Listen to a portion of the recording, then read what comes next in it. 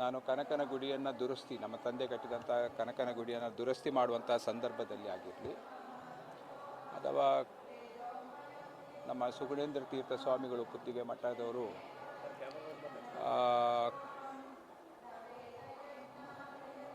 ಕನಕನ ಕಿಂಡಿಗೆ ಸ್ವರ್ಣಮಯವಾಗಿರ್ತಕ್ಕಂಥ ಕವಚವನ್ನು ಅರ್ಪಣೆ ಮಾಡಬೇಕು ಅಂತ ಹೇಳಿದಾಗ ಮೋದಿಯವರು ಬರುವಂಥ ಯಾವುದೇ ಕಾರ್ಯಕ್ರಮ ಇರಲಿಲ್ಲ. ಇದೆಲ್ಲ ಕೆಲಸ ಶುರು ಆದಮೇಲೆ ಮೋದಿಯವರು ಬರ್ತಾರಂತಾದಾಗ ಸ್ವಾಮೀಜಿಯವರು ಪತ್ರಿಕಾಗೋಷ್ಠಿಯನ್ನು ಕರೆದು ಮೋದಿಯವರಿಂದಲೇ ಅದನ್ನು ಚಿನ್ನದ ಕವಚವನ್ನು ಉದ್ಘಾಟನೆ ಮಾಡಿಸ್ತೀನಿ ಅಂತ ಹೇಳಿದರು. ಮತ್ತು ಕನಕ ಜಯಂತಿ ನವೆಂಬರ್ 8ರಂದು ನಡೆದಂಥ ಕಾರ್ಯಕ್ರಮದಲ್ಲಿ ಕೂಡ ಅದನ್ನು ಘೋಷಣೆ ಮಾಡಿತ್ತು, ಪುನರುಚ್ಚಾರ ಮಾಡಿತ್ತು. ನನಗೆ ಭಾಳ ಸಂತೋಷ ಏನಂದರೆ, ಕನಕನ ಗುಡಿಗೋಗಿ ನಮ್ಮ ತಂದೆ ನಿರ್ಮಿಸಿದಂಥ ಕನಕನ ಪ್ರತಿಮೆಗೆ ಮಾಲಾರ್ಪಣೆ ಮಾಡುವಂಥ ಯೋಚನೆ ಯಾರಲ್ಲೂ ಇರಲಿಲ್ಲ. ಅದು ಕೊನೆ ಗಳಿಗೆಗೆ ಮೋದಿಯವರಿಗೆ ದೇವರೇ ಬುದ್ಧಿ ಕೊಟ್ಟು ಅವರು ಅಲ್ಲಿ ಹೋಗಿ ಕನಕದಾಸರಿಗೆ ಒಂದು ಗೌರವ ಅರ್ಪಣೆ ಮಾಡುವಂಥ ಒಂದು ಕಾರ್ಯಕ್ರಮ ಕೂಡ ನಡೆಯಿತು. ಮತ್ತು ಈ ಸ್ವರ್ಣಮಯವಾದಂಥ ಕವಚದ ಉದ್ಘಾಟನೆ ಕೂಡ ಮೋದಿಯವರಿಂದ ನಡೆಯಿತು.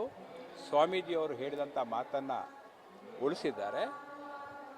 ಈ ಸಂತೋಷದ ಎದುರಿನಲ್ಲಿ ಈ ಸಂತೋಷದ ಒಂದು ತುಲನೆಯನ್ನು ಮಾಡಿದಾಗ ನನಗೆ ನಿನ್ನೆ ಆ ಒಂದು ಪ್ರದೇಶಕ್ಕೆ ಬೇರೆ ಬೇರೆ ಕಾರಣಗಳಿಂದ ನನಗೆ ಅಲ್ಲಿ ಬರಲಿಕ್ಕೆ ಅವಕಾಶ ಸಿಗದಿದ್ದರೂ ಕೂಡ ಕಿಂಚಿತ್ತು ಬೇಸರವಾಗಲಿ, ದುಮ್ಮನಾಗಲಿ, ಅಥವಾ ಒಂದು ರೀತಿಯಲ್ಲಿ ಜಿಗುಪ್ಸೆಯಾಗಲಿ ಮಾಡದೆ ನಾನು ದೂರದಲ್ಲೇ ಟಿ ವಿಯಲ್ಲೇ ನಿಂತು ಮೋದಿಯವರು ಇದನ್ನು ಅರ್ಪಣೆ ಮಾಡುವಂಥ ಒಂದು ಸಂತೋಷದ ಕ್ಷಣಗಳನ್ನು ವೀಕ್ಷಿಸುವಂತಾಗಿದೆ.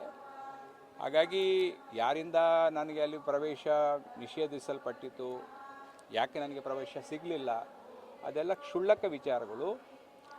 ಅದರ ಬಗ್ಗೆ ನಾವು ಎಷ್ಟು ತಲೆ ಕೆಡಿಸ್ಕೊಳ್ಳದೆ ನರೇಂದ್ರ ಮೋದಿಯವರೇ ಬಂದು ನಮ್ಮ ತಂದೆ ಮತ್ತು ನನ್ನ ಸೇವೆಯನ್ನು ಸ್ಪರ್ಶ ಮಾಡಿದ್ರಲ್ಲ, ಅದಕ್ಕಿಂತ ದೊಡ್ಡ ಸಂತೋಷ ಬೇರೆ ಯಾವುದೂ ಇಲ್ಲ ಅಂತ ಹೇಳಲಿಕ್ಕೆ ಬಯಸ್ತೇನೆ. ಮಠಕ್ಕೆ ಮತ್ತು ಪಕ್ಷಕ್ಕೆ ಅವಕಾಶ ಇತ್ತು ಅಂತ ಅನಿಸ್ತದೆ ಎಲ್ಲರಿಗೂ.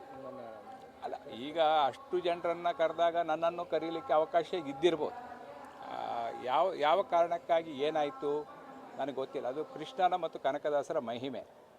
ನಾನು ಮೊನ್ನೆನೇ ಹೇಳಿದ್ದೆ, ಕೃಷ್ಣರ ದೇವರ ಮತ್ತು ಕನಕದಾಸರ ಶಕ್ತಿ ಇದ್ದರೆ ಮೋದಿಯವರು ಬಂದು ಉದ್ಘಾಟಿಸ್ತಾರೆ. ಯಾಕಂದರೆ ಅದು ಕೂಡ ಉದ್ಘಾಟನೆ ಆಗುವ ಸಂದರ್ಭ ಇರಲಿಲ್ಲ, ಕನ್ಫ್ಯೂಷನ್ ಇತ್ತು. ಸೊ ನಾನು ಆವಾಗ ಹೇಳಿದ್ದೆ, ಸೊ ಇದು ಕೂಡ ದೈವೇಚ್ಛೆ ಆಗಿರ್ಬೋದು ಅಂತ ನಾನು ಭಾವಿಸ್ತೇನೆ.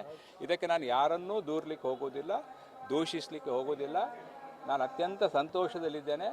ಯಾವುದೇ ದುಃಖ, ದುಮ್ಮಾನ, ಬೇಸರ ನನಗೆ ತಟ್ಟದಂತೆ ನಾನು ಸಂಪೂರ್ಣವಾಗಿ ನನ್ನನ್ನು ಒಂದು ಕವಚದೊಳಗೆ ನಾನು ಸುರಕ್ಷಿತನಾಗಿದ್ದೇನೆ ಅಂತ ಹೇಳಲಿಕ್ಕೆ ಬಯಸ್ತೇನೆ. ಕನಕ ಅನ್ನೋದು ಒಂದು ಎಮೋಷನಲ್ ಇಶ್ಯೂ ಯಾವಾಗಲೂ ಕೂಡ. ಆಗ ಕನಕದಾಸರು, ಈಗ ಪ್ರಮೋದ್ ಮಧ್ವರಾಜರು ಇಬ್ಬರು ಅವಕಾಶ ವಂಚಿತರು ಅಂತ ಕೆಲವರು ಏನಂತಾರೆ, ಪ್ರಗತಿಪರರು, ಚಿಂತಕರು ಎಲ್ಲ ಮಾತನಾಡುತ್ತಾರೆ. ಕನಕದಾಸರು ಅನುಭವಿಸಿದ ಒಂದು ಅಪಮಾನ, ಕನಕದಾಸರಿಗೆ ದೇವಸ್ಥಾನದ ಒಳಗೆ ಪ್ರವೇಶ ಮಾಡಲಿಕ್ಕೆ ಇಲ್ಲದಂಥ ಸಂದರ್ಭ, ಅವರನ್ನು ಆ ಕಾಲದಲ್ಲಿ ಎಷ್ಟು ಅವಮಾನ ಮಾಡಿರ್ಬೋದು, ಅದನ್ನೆಲ್ಲ ಸಹಿಸಿಕೊಂಡು ಕೃಷ್ಣನ ಭಕ್ತಿಯೊಂದನ್ನೇ ತನ್ನ ಒಂದು ಶಕ್ತಿಯನ್ನಾಗಿ ಪ್ರಯೋಗ ಮಾಡಿ ಕೃಷ್ಣ ಕನಕದಾಸರಿಗೆ ಒಲ್ದಾಗೆ ಅದರ ಮುಂಚೆನೂ ಯಾರಿಗೂ ಒಳ್ದಿಲ್ಲ, ನಂತರನೂ ಒಳ್ದಿಲ್ಲ.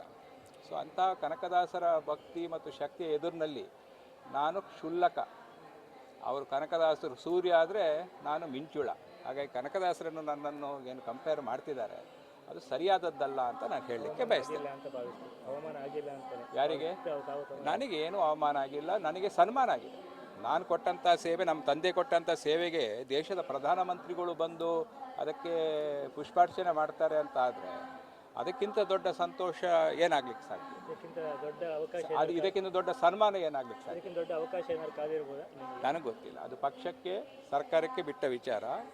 ನಾನು BJPಯ ಒಬ್ಬ ಸಾಮಾನ್ಯ ಕಾರ್ಯಕರ್ತನಾಗಿ 4 ವರ್ಷದಿಂದ ಹೇಳಿದಂಥ ಎಲ್ಲ ಕೆಲಸ ಕಾರ್ಯಗಳನ್ನು ಫಲಾಪೇಕ್ಷೆ ಇಲ್ಲದೆ, ಪೂರ್ವಶರ್ತ ಇಲ್ಲದೆ ಮಾಡ್ತಾ ಇದ್ದೇನೆ. ಇನ್ನು ಮುಂದಿಂದು ಶ್ರೀಕೃಷ್ಣ ಮತ್ತು ಕನಕದಾಸರಿಗೆ, ಮುಖ್ಯ ಪ್ರಾಣರಿಗೆ ಬಿಟ್ಟ ವಿಚಾರ. ಪ್ರತಿಯೊಬ್ಬರು ನಾವಲ್ಲ ಅಂತ ಹೇಳ್ತಿದ್ದಾರೆ. ಅವರಾಗಿಯೇ ಫೋನ್ ಮಾಡಿ, ನಾನು ಯಾಕೆ ನನ್ನನ್ನು ಕರೆದಿಲ್ಲ ಅಂತ ಯಾರಿಗೂ ಕೇಳಲಿಲ್ಲ.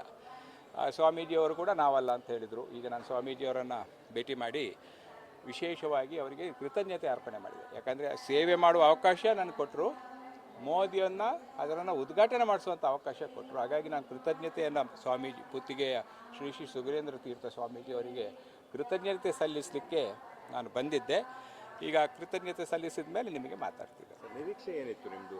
ಅಂದರೆ ರಥಬೀದಿಯಲ್ಲಿರೋದಾ ಅಥವಾ ಸಭಾಂಗಣದಲ್ಲಿರೋದಾ, ಗೀತಾ ಇಲ್ಲ, ಮಂದಿರದಲ್ಲಿ? ನಾನು ನಿರೀಕ್ಷೆ ಮಾಡಿದ್ದೇನೆಂದರೆ ಕನಕ ಗುಡಿ ಮತ್ತು ಕನಕ ಕಿಂಡಿ ಎರಡು ನಮ್ಮ ಕುಟುಂಬಕ್ಕೆ ಸಂಬಂಧಪಟ್ಟದ್ದು. ಹಾಗಾಗಿ ನಾನು ಅಲ್ಲಿ ಆ ಪ್ರದೇಶದಲ್ಲಿ ಎಲ್ಲಾದರೂ ನನಗೆ ಪ್ರವೇಶ ಇರ್ಬೋದು ಅಂತ ನಾನು ನಿರೀಕ್ಷೆ ಮಾಡಿದ್ದೆ. ಆದರೆ ಕೊನೆಗಳಿಗೆವರೆಗೂ ನನಗೆ ಅವಕಾಶ ಸಿಕ್ಕೋ ಬಗ್ಗೆ ಮಾಹಿತಿ ಬಂದಿರಲಿಲ್ಲ. ಮತ್ತು ನಾನು ಸಭೆಗೆ ಹೋಗೋಣ ಅಂದರೆ ಅಲ್ಲಿಯದು ಪಾಸ್ ಕೂಡ ನನಗೆ ಆವಾಗ ಸಮಯ ಮೀರಿ ಆಗಿದೆ. ಸೊ ಸಭೆಗೆ ಪಾಸ್ ಕೂಡ ನನಗೆ ಸಿಕ್ಕಲಿಲ್ಲ. ಹಾಗಾಗಿ ನನಗೆ ಸಭೆಗೂ ಬರಲಿಕ್ಕಾಗಲಿಲ್ಲ, ಎಲ್ಲಿಗೂ ಬರಲಿಕ್ಕಾಗಲಿಲ್ಲ. ಎಲ್ಲಿದ್ರು ಮತ್ತು ನಾನು ಮೋದಿಯವರನ್ನು ನೋಡಲೇಬೇಕಂದ್ರೆ ಎಲ್ಲಾದರೂ ರೋಡ್ ಶೋ ಅಲ್ಲಿ ನೋಡಬೇಕಾಗಿತ್ತು. ಅದು ಮಾಡಿದರೆ ಮತ್ತೆ ಪುನಃ ಅದಕ್ಕೆ ಏನೋ ಬೇರೆ ಬಣ್ಣ ಬರುತ್ತೆ ಅಂತ ಅದನ್ನು ನಾನು ಮನೆಯಲ್ಲಿ ಇದ್ದು ಟಿ ವಿಯಲ್ಲೇ ಮೋದಿಯವರು ಇದನ್ನು ಅರ್ಪಣೆ ಮಾಡುವುದನ್ನು ಕಣ್ತುಂಬಿ ನೋಡಿದ್ದೇನೆ.